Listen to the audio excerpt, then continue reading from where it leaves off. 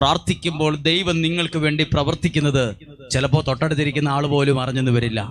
ദൈവം നിങ്ങളുടെ ജീവിതത്തിൽ ഇടപെടും. നിങ്ങളിപ്പോൾ പ്രാർത്ഥിക്കാൻ മാറ്റിവെച്ച ഈ സമയമില്ലേ, ഈ സമയം അത് നിങ്ങൾ പോലും അറിയാതെ നിങ്ങളുടെ ഭവനത്തിൽ ദൈവത്തിന്റെ അനുഗ്രഹത്തിന്റെ സമയമായി മാറും, സൗഖ്യത്തിന്റെ സമയമായി മാറും. നിങ്ങൾ പ്രാർത്ഥിക്കുന്ന വിഷയം നിങ്ങളുടെ ജീവിതത്തിൽ ഒരുപാട് ദൂരെയായിരിക്കും. നിങ്ങൾ ഇവിടെ ഇരുന്ന് പ്രാർത്ഥിക്കുന്ന ഈ സമയം നിങ്ങളുടെ സങ്കടങ്ങളും നിയോഗത്തിന്റെ മേൽ ദൈവത്തിന്റെ ഇടപെടൽ സംഭവിക്കുന്ന അത്ഭുത സമയങ്ങളായി ദൈവം മാറ്റും. നിങ്ങൾ പ്രാർത്ഥിക്കാൻ ഇരിക്കുന്നത് ദൈവത്തിന്റെ ഈ വചനത്തിന്റെ മുമ്പിലാണ്.